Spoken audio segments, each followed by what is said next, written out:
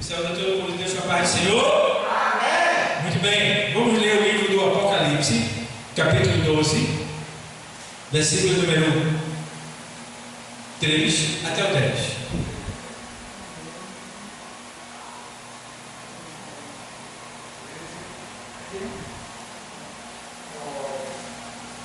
E estava grávida, do 13 ao 10, perdão.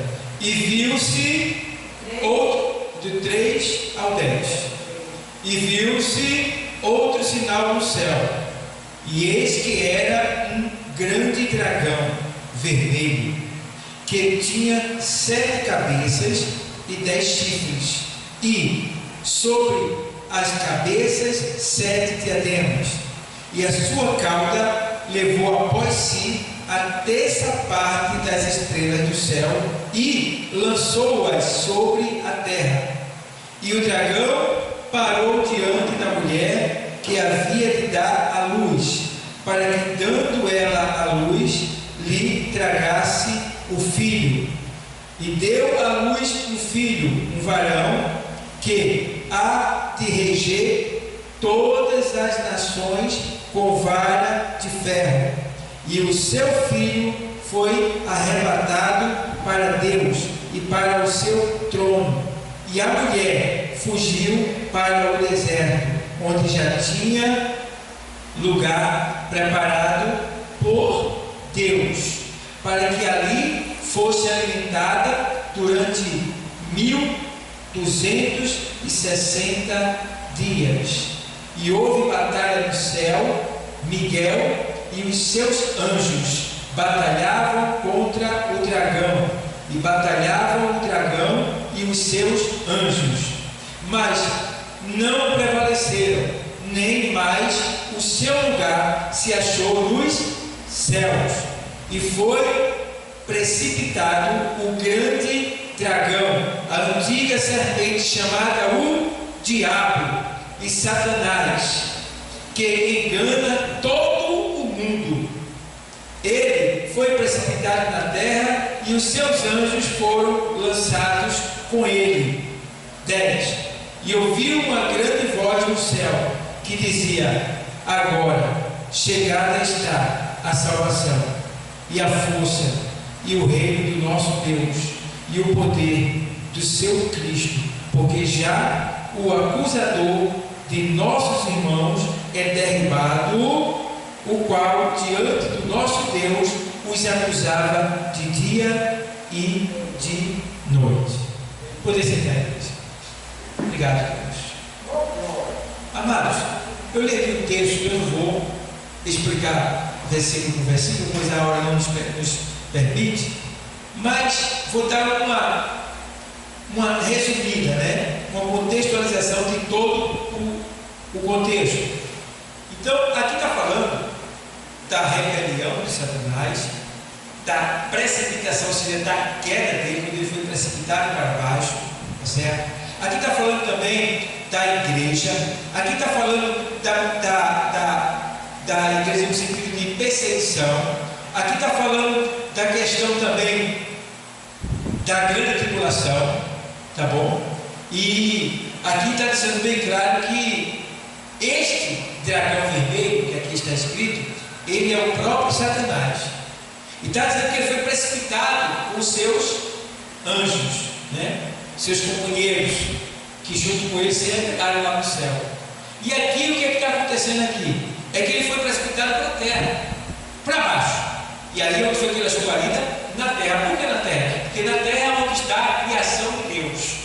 A gente precisa entender uma coisa, que os demônios, os anjos malignos que caíram do céu, né, não caíram, eles foram lançados.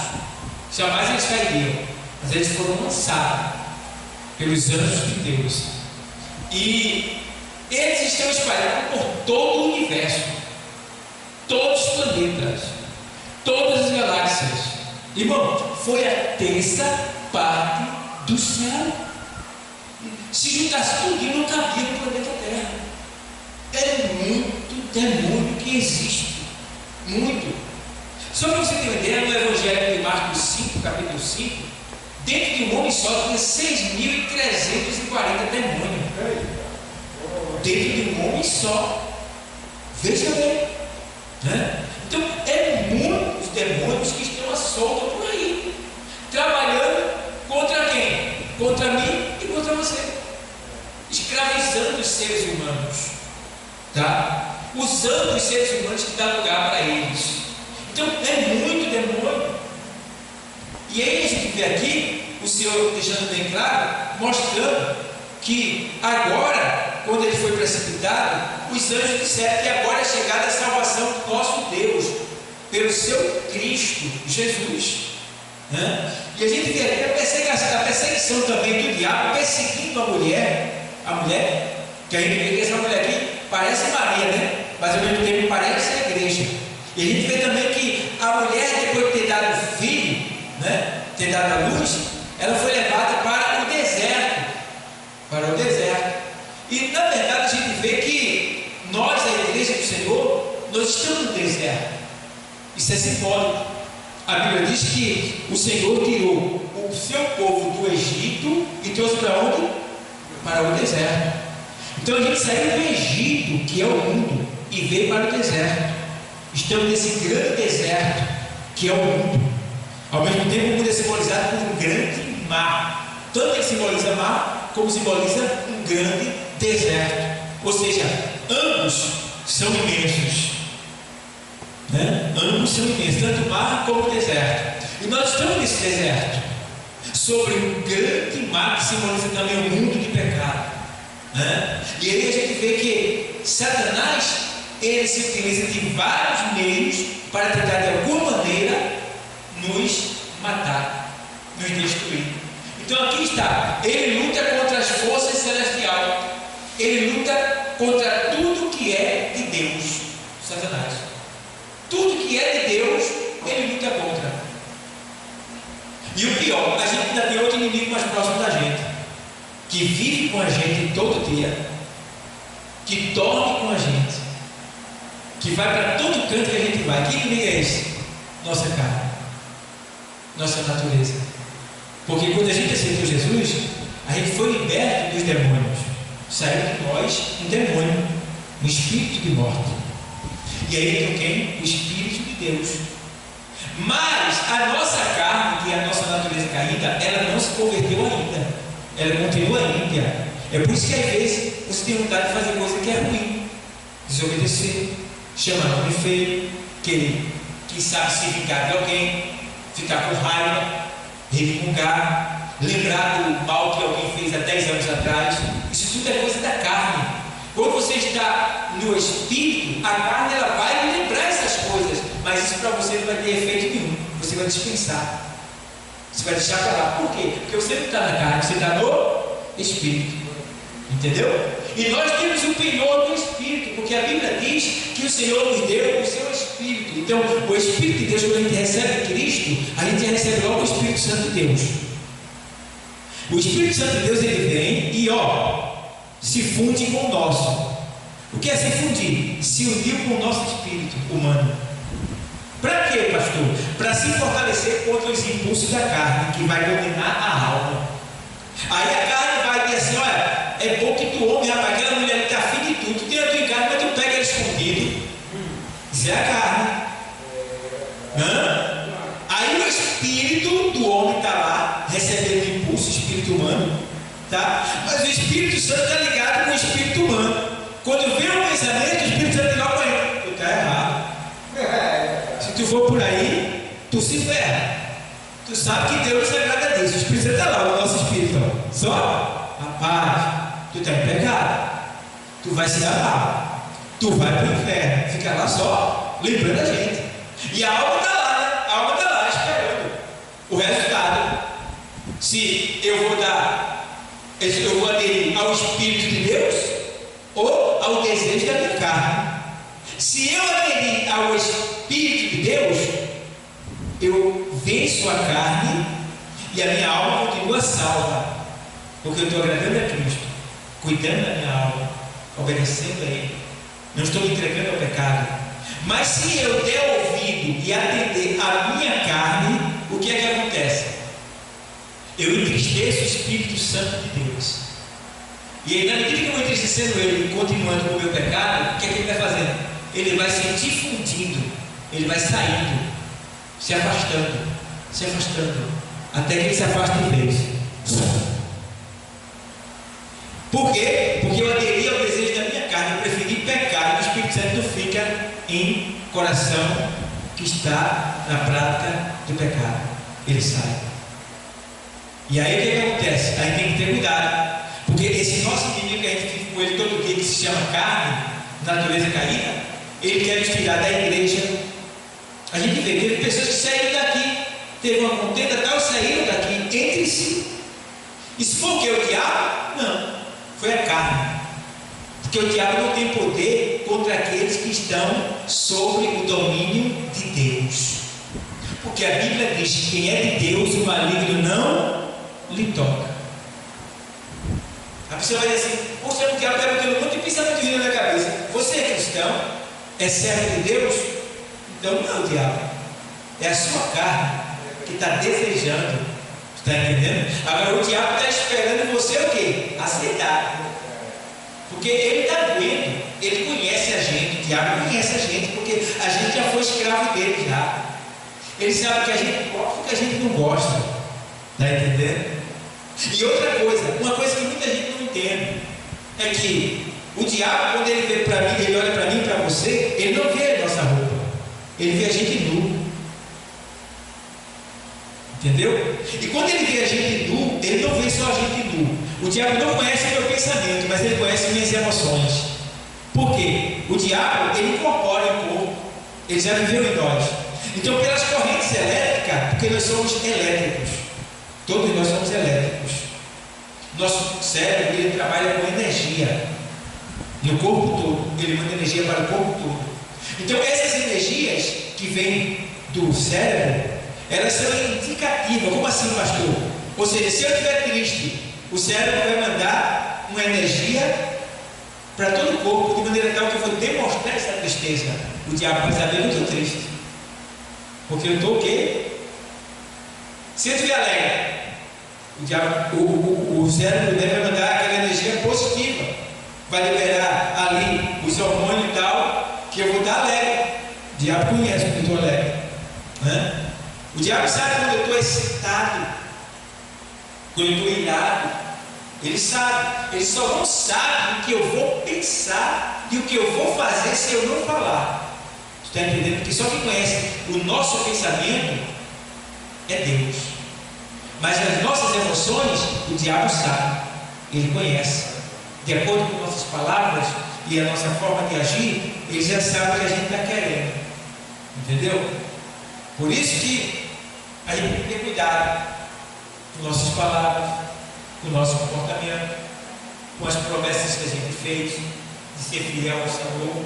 Então, aqui a gente vê todo o processo de demônios que foram expulsos do céu. Aqui está mostrando monstros que vão surgir na grande tribulação, que é a besta, que é o dragão, que tem 10 cabeças, que tem chifre, que tem coroa, que tem diadema. Isso tudo simboliza poderes espirituais que surgirão na grande tribulação no domínio da terra. Mas o que eu quero falar nesta noite não é tanto sobre esses poderes da grande tribulação, mas sim sobre a ação, as atividades de Satanás contra nós.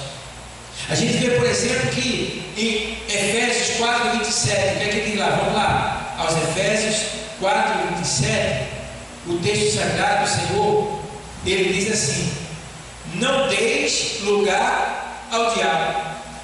Veja bem, o diabo é bom? Claro que não. Ele é mau. Ele é mau.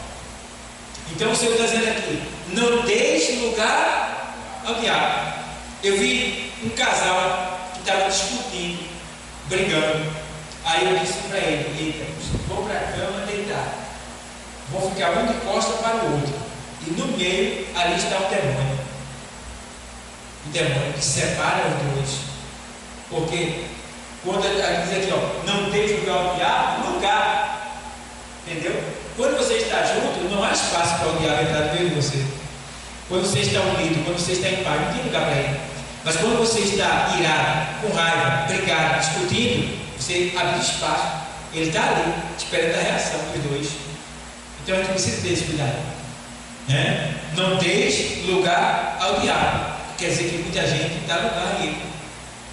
Quando a pessoa dá lugar ao diabo, é triste, irmão. É triste.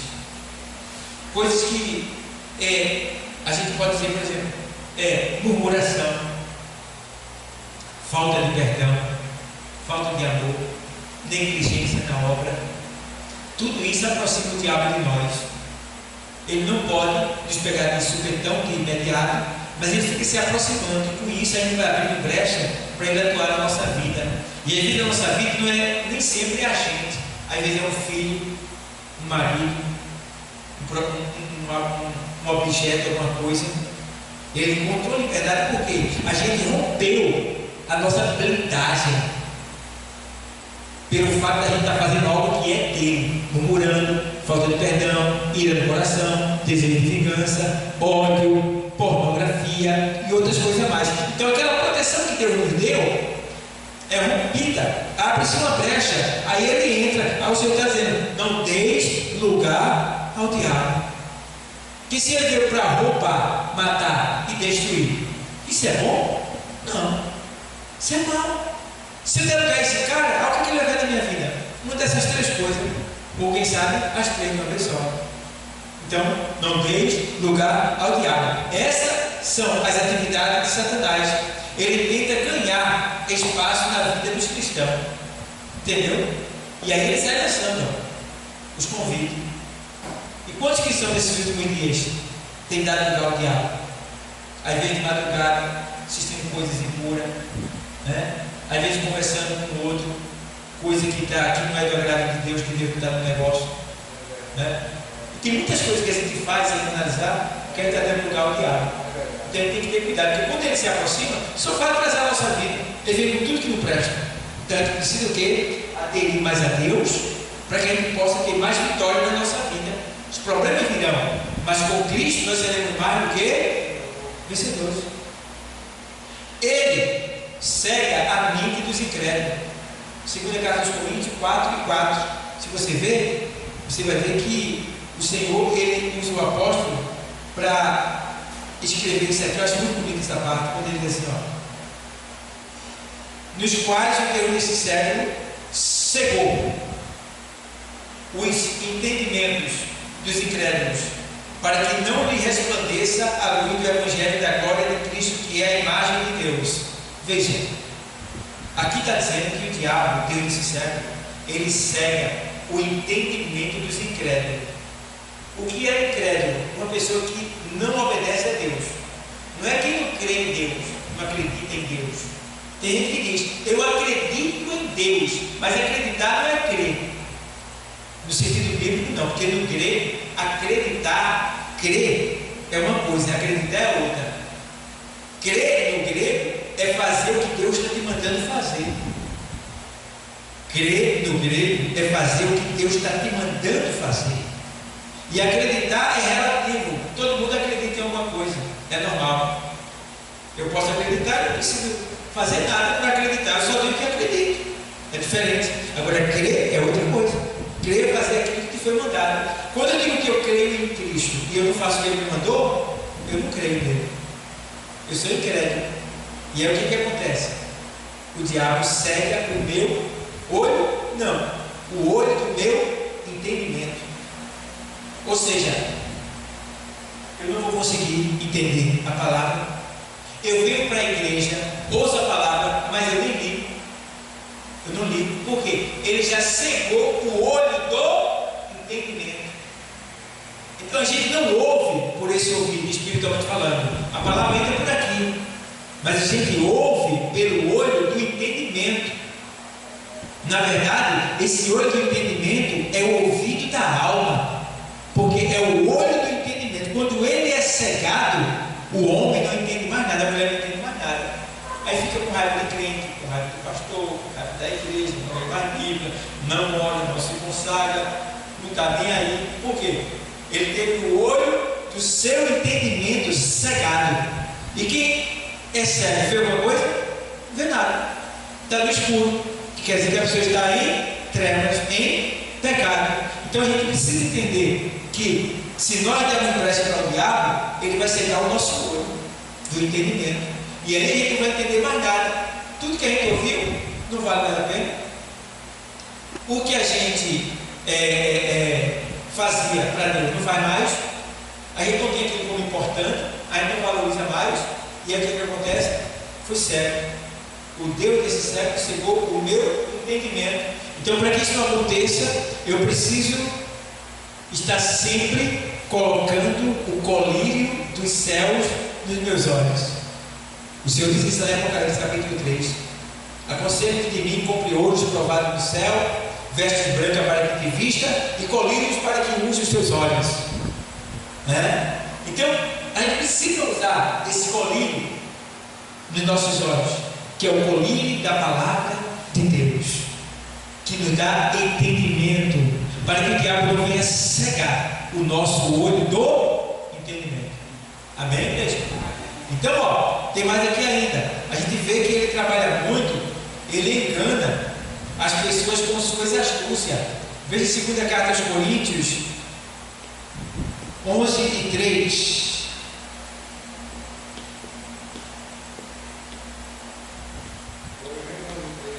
Mas temo que assim como a serpente enganou Eva com a sua astúcia, assim também sejam de alguma sorte corrompidos os vossos sentidos e se apartem da simplicidade que há em Cristo. Veja o medo do apóstolo Paulo por causa dos falsos profetas, falsos apóstolos.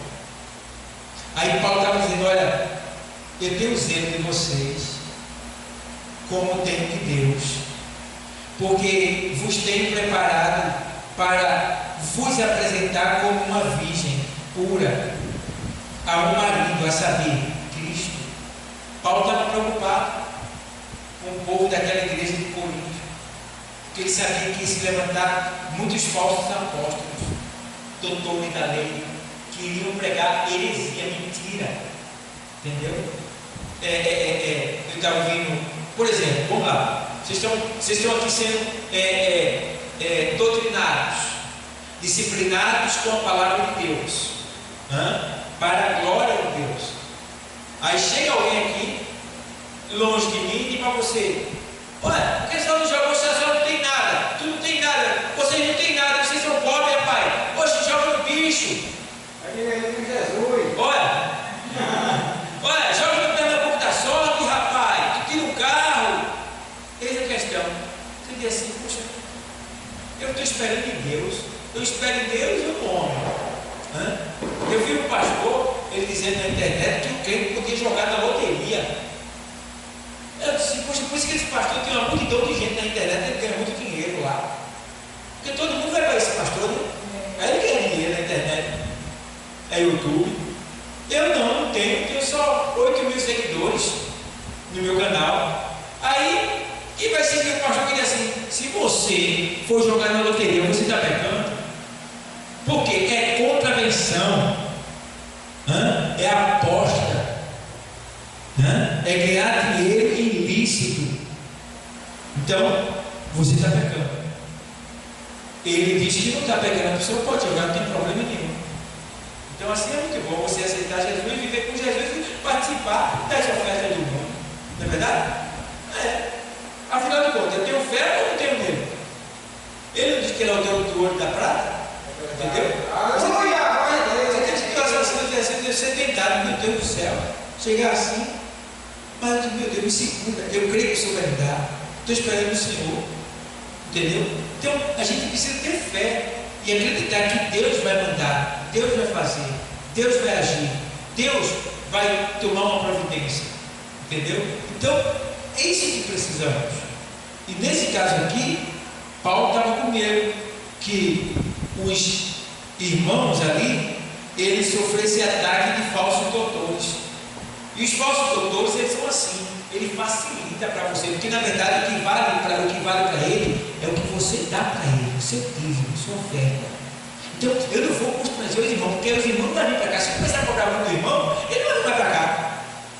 Ele vai embora, ele vai para o mundo, vai para qualquer outro lugar, e aí, olha,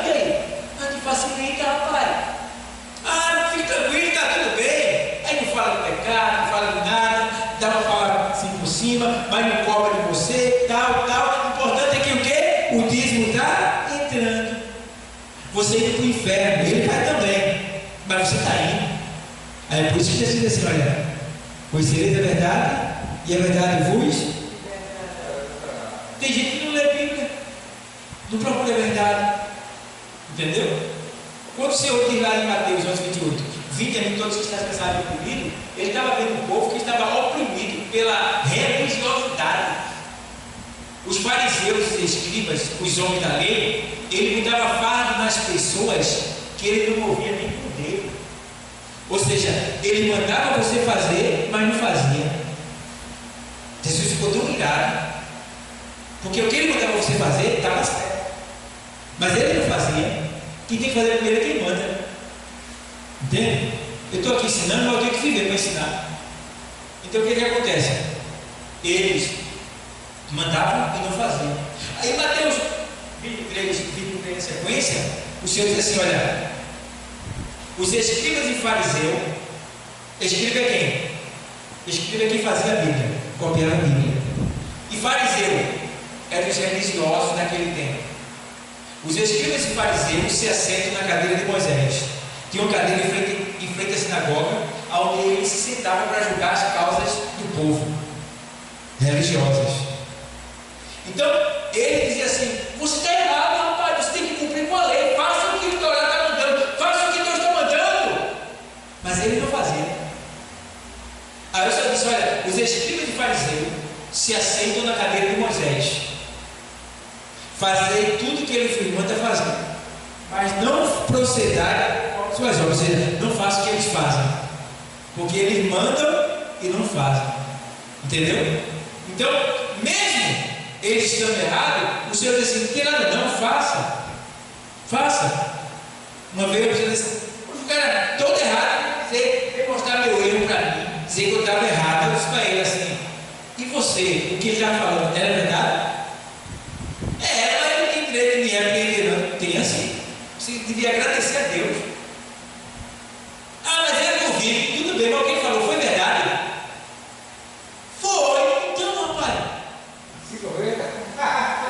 Então, não importa se é um bêbado, não importa se é um ladrão, não importa quem seja. Se a pessoa está dizendo que eu estou errado e eu tiver, eu tenho que mudar.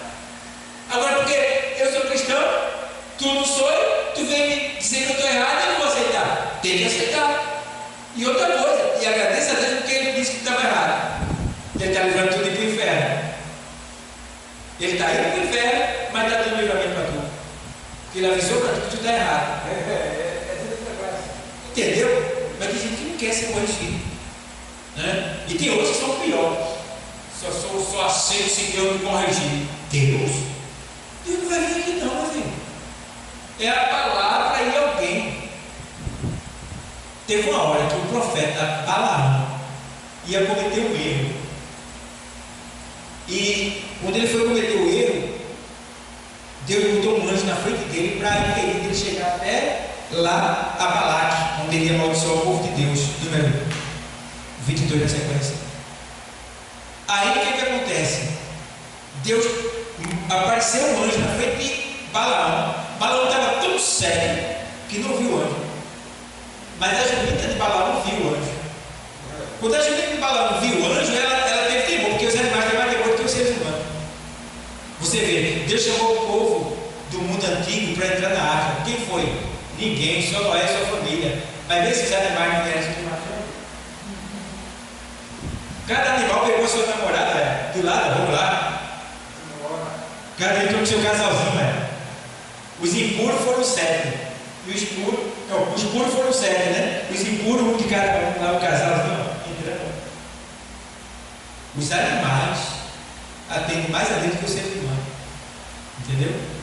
E aí você vê que muitas vezes Deus está usando alguém para nos alertar, para nos livrar do fogo do inferno, e a gente não quer aceitar. A gente fica com raiva. Tá? E aí o anjo aparece, Balaão não vê, porque ele estava na carne, porque ele está na carne não entende as coisas de Deus, não vê as coisas do Espírito, que só entende pelo Espírito. E aí a boa pega e para. Quando a boa para, a boa parou porque viu o anjo com uma espada. Aí ele vai e para na boa. Aí a burra continua, aí o preço pé dele, não sei se foi na parede, onde foi, impressionou. Ele ficou com mais raiva, né? Toma bater na burra. Aí ele vai e permite que a burra fale. Aí a burra faz: mas rapaz, há quanto tempo eu sou tua serva? Há quanto tempo eu te sirvo? E por que tu está batendo em mim? E ele ainda não viu a burra falando com ele, ouviu a burra falar e reclamou com ela ainda. Ainda não entendeu. A burra falando, porque estava vindo um anjo lá na frente dele e ele nem estava ali ainda. Vê só, um animal falando, tão cego que ele estava. Tem hora que a pessoa que é de Deus está tão cega pelas coisas de baixo, pelas coisas do mundo, que não vê Deus agindo na sua vida, não vê Deus falando. Até que ele chegou num momento em que Deus mostrou para ele, abriu os olhos dele e ele conseguiu, entendeu? Entender o que estava acontecendo, que não era para ele ir. Mas você vê que muitas coisas o diabo trabalha para tentar nos destruir, e a gente precisa estar ligado que se ele der lugar à carne, não vamos entender Deus falando com a gente. Então aqui Paulo estava preocupado, porque o diabo ele vai sair, ele tenta de alguma maneira dividir ao povo de Deus, causar contenda, que é para a igreja fechar, se esvaziar, o povo se desviar e ficar à mercê dele. Mas aí Deus está trabalhando, Deus não parou de trabalhar. E aí a gente vê aqui Efésios 2:2, ele luta, ele atua no espírito da desobediência. Aos Efésios 2:2, o texto sagrado diz assim, vou ler para você: e vos vivificou, 2:2 no caso, né? Em que noutro tempo andaste segundo o curso deste mundo, segundo o príncipe das potestades do ar, do espírito que agora opera nos filhos da desobediência. Veja, aqui é a foto de quem a gente era antes. Olha como a irmã Lena era antes, olha como Josiana era antes, e tu, eu também, olha como a gente era antes, olha o que Deus fez com a gente. E vos vivificou, estando vós mortos em ofensas e pecado. Vê bem, o Senhor nos vivificou, a gente estava morto em ofensa e pecado, ele agradava o diabo. 2, em que noutro tempo andaste segundo o curso deste mundo, que ele andava na carne do mundo, segundo o curso desse mundo, segundo o príncipe das potestades do ar. O príncipe das potestades do ar, que é ele, Satanás. E aí ele vai dizer assim: do espírito que agora opera nos filhos da desobediência. Quem é que opera nos filhos da desobediência? Os espíritos malignos, Satanás, entre os quais todos nós também antes andávamos nos desejos da nossa carne. Está vendo? Da nossa carne e dos pensamentos, e éramos por natureza filhos da ira como os outros também. Está vendo? Então a gente precisa o quê? Entender que o diabo ele está trabalhando para que o Filho de Deus ele venha desobedecer a Deus, desobedecer o Espírito Santo de Deus. Mas eu gosto que o diabo ele pode até atrapalhar, tentar desviar, tentar destruir a obra, mas ele não está sozinho, ele não está livre para trabalhar e fazer o que ele quiser quando ele quer, não. Deus ainda existe, Deus está vivo, Deus enviou seu Filho à terra, e a Bíblia diz, na primeira epístola de João, capítulo de número 3 e versículo de número 8, porque o Filho de Deus se manifestou para desfazer as obras do diabo. E agora? E agora? Jesus veio para quê? Para desfazer. O diabo rouba, Deus devolve. O diabo derruba, Deus levanta. O diabo enfraquece, Deus fortalece. O diabo entristece, Deus alegra. Está entendendo? Deus faz. E Jesus está aqui justamente para isso, para mostrar o seu poder, né? Porque que tem demônios que foram excluídos do céu, que estão aqui nesse mundo físico, trabalhando para nos destruir, mas tem a autoridade de Deus e do Espírito Santo e da sua palavra, porque a Bíblia diz que a palavra de Deus ela é escudo e broquel na nossa vida. Amém, igreja? Porque Deus amou o mundo de tal maneira que deu o seu Filho unigênito, para que todo aquele que nele crê não pereça, mas tenha o quê? A vida eterna. E Jesus já veio, já morreu em nosso lugar, já nos deu vida e vida com abundância. Agora é só aguardar para gozar dessa vida que Ele nos deu para nós aqui na terra. Amém? Que Deus nos abençoe a todos.